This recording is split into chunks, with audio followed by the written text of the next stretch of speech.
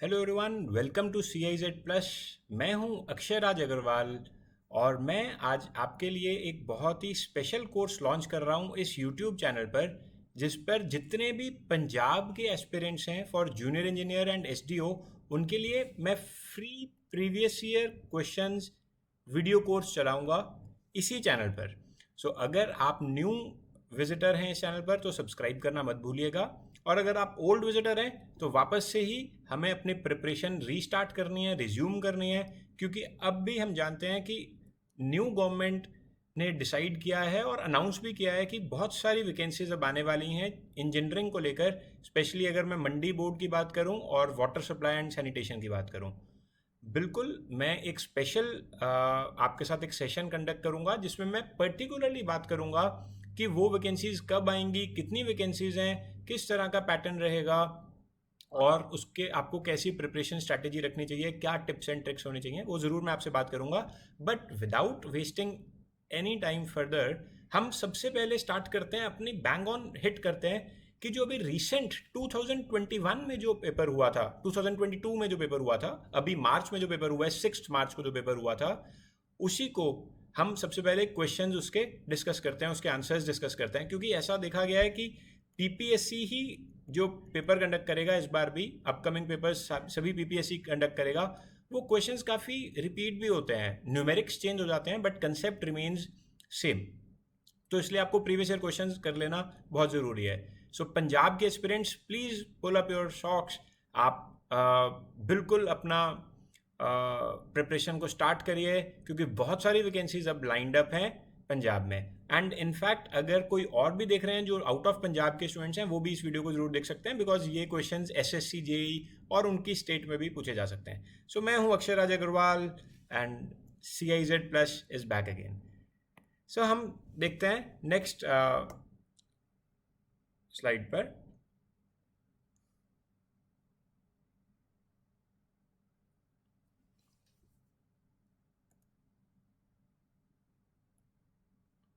This was the PPSC junior engineer exam civil 2021, कुछ ऐसा था।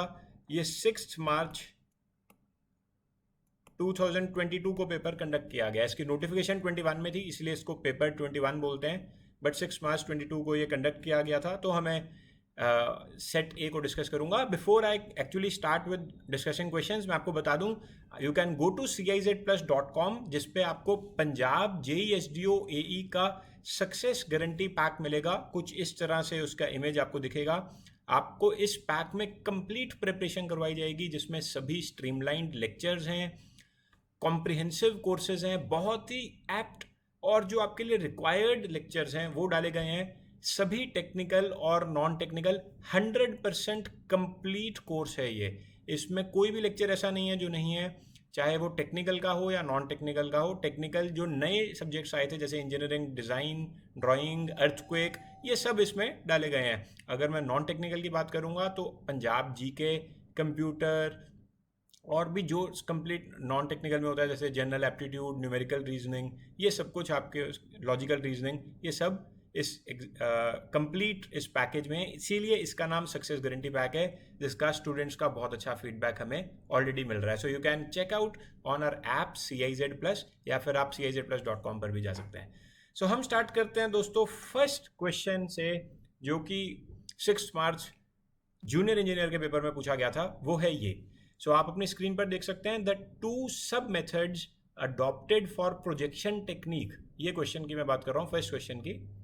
द टू सब methods adopted for projection technique via, वो क्या है, विजुअल रे एंड वेनिशिंग पॉइंट।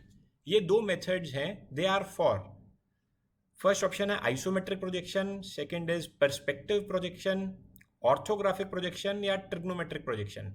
तो क्या लगता है इसमें से क्या होगा? देखिए, ये फर्स्ट क्वेश्चन ही बहुत सारे स्टूडेंट्स को तकलीफ में ले आया था। जो हमें पता लगा 7 मार्च को, जब एग्ज़ाम देने के बाद हमें स्टूडेंट्स ने हमें बताया कि फर्स्ट क्वेश्चन इंजीनियरिंग ड्राइंग का था।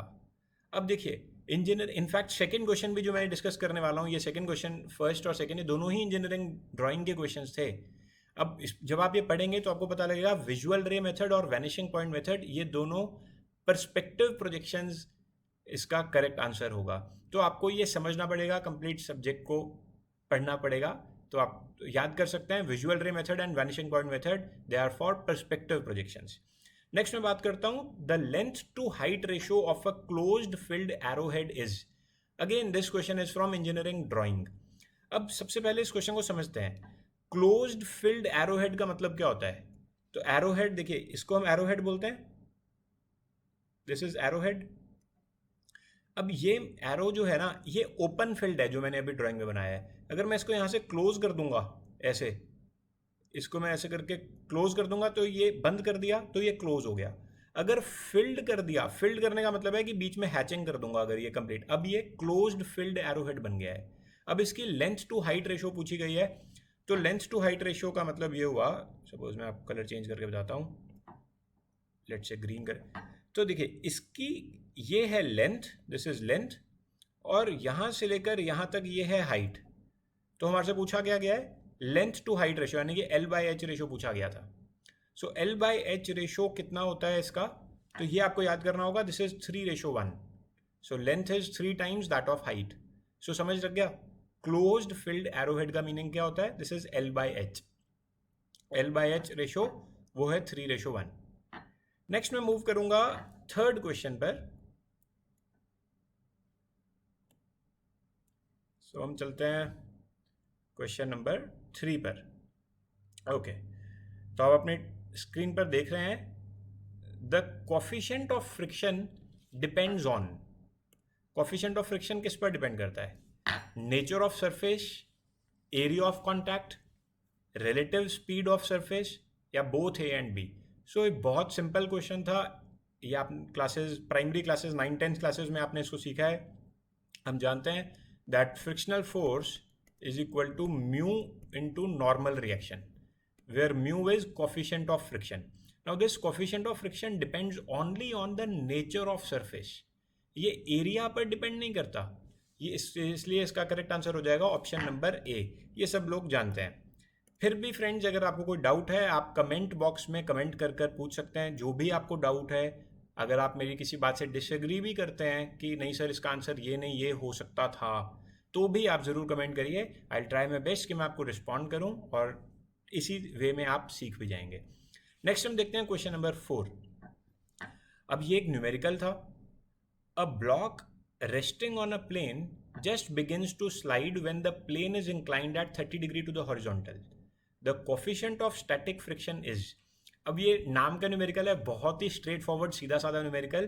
तो हम जानते हैं कि कोफिशिएंट ऑफ स्टैटिक फ्रिक्शन कितना होता है? This is equal to tan theta, where theta is the angle जिससे कि एक हॉरिजॉन्टल प्लेन, जब वो आप स्लाइड इंक्लाइन करते रहते हैं, एक स्टेज ऐसी आती है जब वो body it begins to slide. So theta है 30 डिग्री। सो इसलिए tan 30 कितना हो जाता है? 1/√3। 1/√3 is tan 30। So therefore the option is option number B. ये हो गई ऑप्शन नंबर बी। नेक्स्ट हम बात करते हैं क्वेश्चन नंबर 5 की।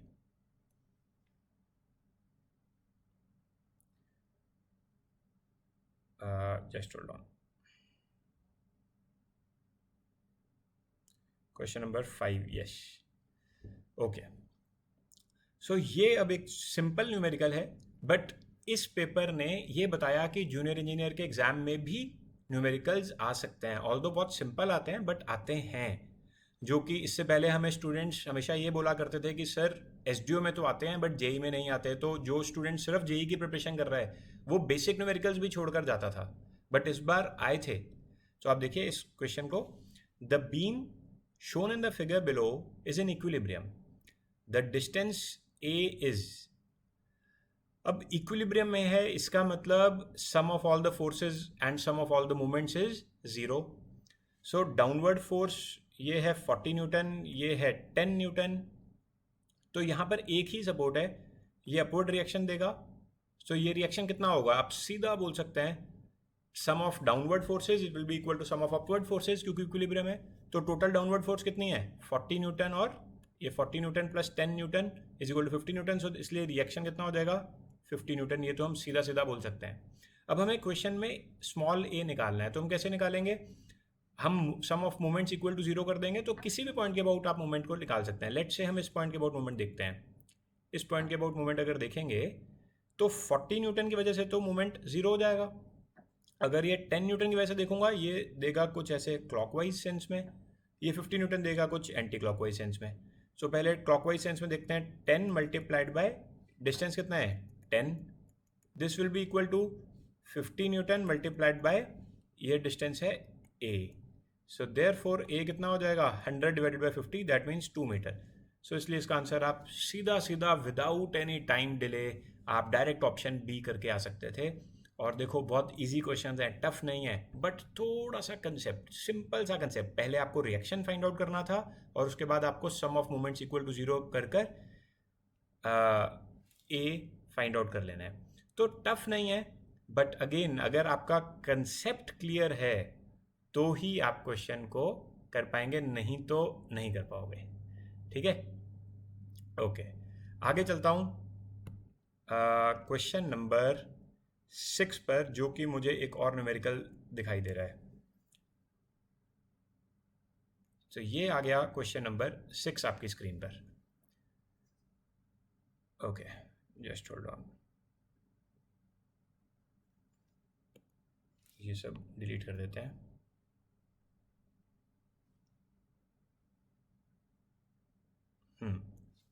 सो देखिए, अब इस क्वेश्चन में the centre of gravity of a T section from its bottom is at C G निकालने को बोला गया है. तो एक ये अनसिमेट्रिकल सेक्शन है, टी सेक्शन है, इसका सी जी निकालना है.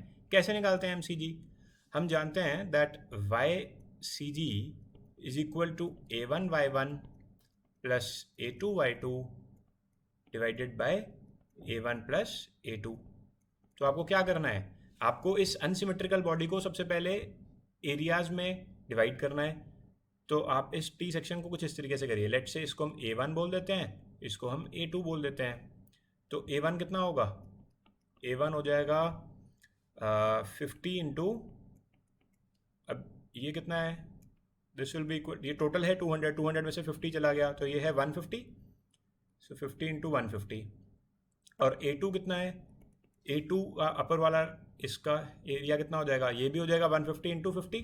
सिंपल है, this will B same 50 into 150. So A one और ए टू दोनों सेम है. अगर मैं वाई वन की बात करूँगा, वाई वन होगा, अब हमने ये बेस लाइन है यहाँ से देखना है. तो ये कितना था, ये है 150. सो वाई वन होगा इसके सेंटर में. So this will be half of 150, that means Y one will be 75. And similarly Y two कितना हो जाएगा, वाई टू हो जाएगा, यहाँ से ले लो आप, ये डिस्टेंस ले लो, this will be Y two and this will be equal to how much, ये हो जाएगा 150, 150 प्लस 50 डिवाइडेड बाई 2. ऐसा कर सकते हैं ना, 150 plus 50 divided by 2. So this will be 175. So आपके पास A one A two Y one Y two सब कुछ आ गया. अब आप इसको पुट करेंगे इसमें वाई सी जी में और आपको आंसर इसका मिल जाएगा. और इसका जो आंसर आता है वो आप कैलकुलेट कर सकते हैं. करिए जल्दी से, क्या कर पाएंगे कैलकुलेट, करिए करिए. इसका क्या आंसर आता है, देखिए सिंपल है. अगर आपके हाथ में कैलकुलेटर नहीं भी है ना, तो भी ये है 200. ये होगा 100 हो सकता है क्या, 100 तो हो ही नहीं सकता, 100 बिल्कुल नहीं हो सकता. 175 हो सकता है क्या, 175 भी नहीं हो सकता. तो ए और डी तो खत्म हो गई. फिर बचा बी और डी. अगर मैं बी और सी बचा, सी अगर मैं देखता हूँ 150 mm, 150 हो गया एग्जैक्टली इसके जंक्शन पर, तो यहाँ पर भी नहीं हो सकता. इसका आंसर 125 आ जाएगा. आप इसको कैलकुलेट करके देख लो, देखें आप इसको कैलकुलेट करके आता है कि नहीं आता. 125 आ जाता है इसका answer. So therefore the correct answer is option B. आप you can simply calculate it. तो ये टफ नहीं था, बट थोड़ा सा कंसेप्ट और प्रैक्टिस आपको चाहिए होती है ऐसे क्वेश्चंस को करने के लिए. फिर बोल रहा हूँ, अगर आपको कोई डाउट है तो ज़रूर कमेंट बॉक्स में कर देना. और हाँ, अगर आपको ये वीडियो अच्छा लग रहा है तो इस चैनल को सब्सक्राइब करना मत भूलें और इस वीडियो को लाइक करना भी मत भूलिएगा. ठीक है, चलिए आगे चलते हैं क्वेश्चन नंबर 7 पर. ये आ गया क्वेश्चन नंबर 7. हाँ, ओके, ये भी एक बार रीड करता हूँ. सो क्वेश्चन नंबर 7 देखिए. अ floating body is said to be in a state of stable equilibrium, एक फ्लोटिंग बॉडी स्टेबल इक्विलिब्रियम में कब कहलाई जाती है? तो कब कहलाई जाती है? Option A, when its metacentric height is zero. Option B, when the metacentre is below the centre of gravity. Option C, when the metacentre is above the centre of gravity. Option D is only when its centre of gravity is below its centre of buoyancy. देखिए दोस्तों, आप एक बात को याद रख लेना, वैसे आपको मेटा सेंटर का कंसेप्ट अच्छे से आना चाहिए, बहुत इंपॉर्टेंट होता है. बट अगर आपको मेटा सेंटर का कंसेप्ट अभी नहीं भी याद, मैं आज बस आपको याद करा रहा हूँ. वैसे मैं रिकमेंड बिल्कुल नहीं करता अपने लेक्चर्स में क्रैम करना, मैं रिकमेंड नहीं करता, फिर भी याद करा रहा हूँ. स्टेबिलिटी के लिए अगर आपको स्टेबल रखना है तो सी जी याद रखिएगा दोस्तों, सी जी हमेशा बॉटम में होना चाहिए. क्या? सी जी हमेशा क्या होना चाहिए? बॉटम में होना चाहिए, नीचे होना चाहिए, बस. तो अगर वो फ्लोटिंग बॉडी का क्वेश्चन है, जैसे ये क्वेश्चन है फ्लोटिंग बॉडी का, हो सकता है कि आपको सबमर्ज्ड बॉडी का भी क्वेश्चन आ जाए. तो वहां पर भी स्टेबल इक्विलिब्रियम तभी होगा अगर सी जी नीचे रहेगा. तो फ्लोटिंग बॉडी में सी जी को किससे नीचे रखना है? मेटा सेंटर से. So option C will be correct. When the meta center is above the center of gravity, this will be the case of stable equilibrium. अगर unstable equilibrium करना है तो CG को ऊपर करिएगा. So ऑप्शन बी आप तब मार्क करिए when the meta center is below the center of gravity. ये तब करना होगा जब unstable equilibrium की बात करी जाएगी तो, ठीक है. और जब अनस्टेबल इक्विलिब्रियम ना हो और स्टेबल भी ना हो, मतलब जब न्यूट्रल इक्विलिब्रियम हो, तब कब होगा? जब सीजी और मेटा सेंटर कोइंसाइड कर रहे हैं, उसको हम न्यूट्रल इक्विलिब्रियम कहते हैं, यानी कि जब मेटासेंट्रिक हाइट जीरो होती है. तो ऑप्शन ए हो जाएगा न्यूट्रल का. ठीक है, तो आपको सब कुछ पता होना चाहिए. मेरा ये क्वेश्चंस को डिस्कस करने का पर्पज़ सिर्फ इन क्वेश्चंस का आंसर ही निकालना नहीं है. मेरा पर्पज़ ये भी है कि मैं आपको कुछ और भी चीज़ें बताऊं, जिससे कि नेक्स्ट जो पेपर होगा उसमें आपको वो पूछी जाएंगी. ठीक है, आगे बात करते हैं. The height of hydraulic jump is equal to. So देखिए, ये open channel flow, fluid mechanics important है. So height of hydraulic jump is equal to, हम सब जानते हैं, simple, very simple, difference in conjugate depths. तो हाइट ऑफ हाइड्रोलिक जंप हम conjugate depth निकालते हैं, उसका y1 y2 माइनस y1 करते हैं, तो हमें हाइट ऑफ हाइड्रोलिक जंप मिल जाती है. नेक्स्ट बात करता हूं मैं क्वेश्चन नंबर 9 की. So find the actual discharge from an orifice when the coefficient of discharge is 0.6 and the theoretical discharge is 0.018 cumex. तो वेरी इजी क्वेश्चन, हम जानते हैं एक्चुअल डिस्चार्ज कितना होता है. लेट से मैं एक्चुअल डिस्चार्ज को सी क्यू ए से लिखता हूँ. Q A is actual discharge. This will be equal to coefficient of discharge C D multiplied by Q theoretical. So theoretical discharge को जब आप कोफिशिएंट ऑफ डिस्चार्ज से मल्टीप्लाई करेंगे, so आपको एक्चुअल डिस्चार्ज मिल जाएगा. So this is 0.6 multiplied by 0.018. So this will become 0.0108 metre cube. So इसलिए इसका आंसर हो जाएगा ऑप्शन नंबर ए. टफ है क्या? टफ तो नहीं लग रहा किसी को? अगर लग रहा है तो बता देना, वैसे टफ है नहीं, सिंपल है. अगला क्वेश्चन देखेंगे. आज के सेशन में हम 10 क्वेश्चंस को डिस्कस करेंगे. सो मैं रेपिटेटिवली कॉन्टिन्यूसली अब सेशंस डालता रहूँगा, जिसमें मैं 10 क्वेश्चंस या 10 to 15 क्वेश्चंस को डिस्कस करूँगा हर सेशन में. तो ये है 10th question. When the water surface coincides with top edge of a rectangular vertical gate of 30 metre wide and 6 metre depth, then the depth of centre of pressure is. अब देखिए friends, इस बार का जो भी जूनियर इंजीनियर और SDO का जो result आया पंजाब का, उसमें CIZ प्लस के बहुत स्टूडेंट्स का सिलेक्शन हुआ. हमें ये पता लगा कि कई बार जो क्लास में उतना अच्छा परफॉर्म नहीं करते, उनको देखकर ऐसा लगता है कि शायद वो उतना रिस्पॉन्सिव नहीं है, उतना नहीं बोलते, फिर भी उनका सिलेक्शन हुआ. वो इसलिए हुआ क्योंकि उनके फंडामेंटल्स क्लियर थे. ये जो क्वेश्चन है ये आपका फंडामेंटल चेक करता है. अब जिसका फंडामेंटल नहीं क्लियर, वो इस क्वेश्चन में टाइम वेस्ट कर देगा अपना बहुत ज़्यादा. बट ये क्वेश्चन ऐसा है कि without any wastage direct answer आना चाहिए. अब देखिए, इसमें हमें सिर्फ 6 मीटर डेप्थ से मतलब था और किसी से मतलब ही नहीं था. अगर 6 मीटर की डेप्थ है, आप जानते हैं सेंटर ऑफ प्रेशर कुछ इस तरीके से होता है ना, ये ट्रायंगुलर डिस्ट्रीब्यूशन होती है. तो अगर ये 6 मीटर है तो जो इसका सेंटर ऑफ प्रेशर होगा वो इसका सीजी होगा, वो इसका सीजी होगा कि नहीं होगा, वो होगा करीबन यहाँ पर। तो ये कितना होगा, this will B centre of pressure. तो टॉप से अगर डेप्थ निकालनी है आपको, तो टॉप से देखोगे ये हो जाएगा 2/3 ऑफ 6। हम जानते हैं ट्राइंगल का सीजी 2/3 पे लाई करता है, तो 2/3 ऑफ 6 मतलब 4 मीटर। तो इसका आंसर हो जाएगा D, option number D, which is 4 metre. Direct, कोई सोचना ही नहीं था कुछ क्वेश्चन में, कुछ करना ही नहीं था हमें। 30 मीटर वाइड से कोई मतलब ही नहीं है इस क्वेश्चन में। हमें बस बोला गया था कि water surface coincides with the top edge, इसलिए हम ट्राइंगल, ये 6 मीटर है तो इसलिए ये ले पाए, 4 मीटर कर पाए। सिंपल क्वेश्चन था। तो दोस्तों, इस सेशन को मैं यहाँ पर कंक्लूड करूँगा, जिसमें मैं 10 क्वेश्चंस को डिस्कस किया। पहली बात, अभी बंद मत करना वीडियो को। पहली बात, क्या आपको ये क्वेश्चंस अच्छे लगे? क्या आपको ऐसा लगा कि आपने कुछ इन क्वेश्चंस में सीखा? अगर हाँ, तो इस वीडियो को लाइक ज़रूर करिए। डिस्क्रिप्शन बॉक्स में दिए गए व्हाट्सएप ग्रुप को ज़रूर ज्वाइन करना, और टेलीग्राम चैनल को भी ज़रूर सब्सक्राइब कर लो, क्योंकि उस पर हम रेगुलर अपडेट्स आपको देते रहेंगे। जो भी नोटिफिकेशन आ रही है, जो भी एग्ज़ाम के प्रिपरेशन टिप्स एंड ट्रिक्स, सब कुछ उस पर डिस्कस किया जाएगा। थर्डली, अगर आपको हमारे से कंप्लीटली पढ़ाई करनी है, कंप्लीट प्रिपरेशन करनी है, तो आपको मैं पहले ही बता चुका हूँ, ये है सक्सेस गारंटी पैक, जिस पर आप जा सकते हैं। ये आपको CIZplus.com पर मिल जाएगा। इसके मैं फीचर्स आपको जल्दी से बता रहा हूँ। CIZplus.com पर आप जा सकते हैं, या फिर एंड्रॉयड ऐप है CIZ Plus, वहाँ पर जाकर भी इस पैक को आप परचेज कर सकते हैं। सो पंजाब सक्सेस गारंटी पैक, इसमें है क्या क्या? इसमें एक तो आपको ये स्ट्रीमलाइंड वीडियो कोर्स मिलेगा। स्ट्रीमलाइंड वीडियो कोर्स में बहुत ही एप्ट तरीके से हमने वीडियो लेक्चर्स बनाए हैं, टेक्निकल नॉन टेक्निकल के। आप बिलीव करिए फ्रेंड्स, जिनका अभी SDO और JEE में सिलेक्शन हुआ है, वो हमें कॉल कर यही बोलते हैं कि सर मैंने आपका पैक लिया था, और वो they are very thankful to अस।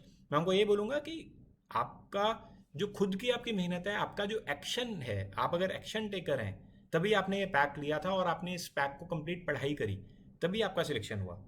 तो इसमें स्ट्रीमलाइन वीडियो कोर्स है, पंजाब GK एप्टीट्यूड रीजनिंग का कॉम्प्रिहेंसिव कोर्स है। कॉम्प्रिहेंसिव कोर्सेज में SOM, RCC, fluid mechanics, engineering mechanics, survey, general aptitude and reasoning, सब कुछ दिया गया है। स्ट्रीमलाइन वीडियो कोर्स में आपको सारे लेक्चर्स मिलेंगे, चाहे वो अर्थक्वेक का हो, चाहे वो इंजीनियरिंग ड्राइंग का हो, कोई भी हो, वो आपको सब मिलेगा। जो लेटेस्ट नए सब्जेक्ट्स में इंट्रोड्यूस किए गए थे, वो हमने सब डाले हैं इसमें।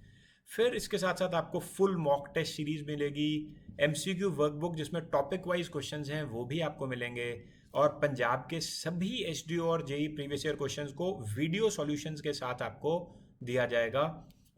ये तो जो मैं अभी डिस्कस कर रहा हूँ, वो तो 2021 का पेपर डिस्कस कर रहा हूँ, जो कि 2022 में हुआ था। मैं JEE के बाद SDO का भी डिस्कस करूँगा, ठीक है, और प्रीवियस ईयर पेपर्स भी आपको इसमें मिल जाएंगे।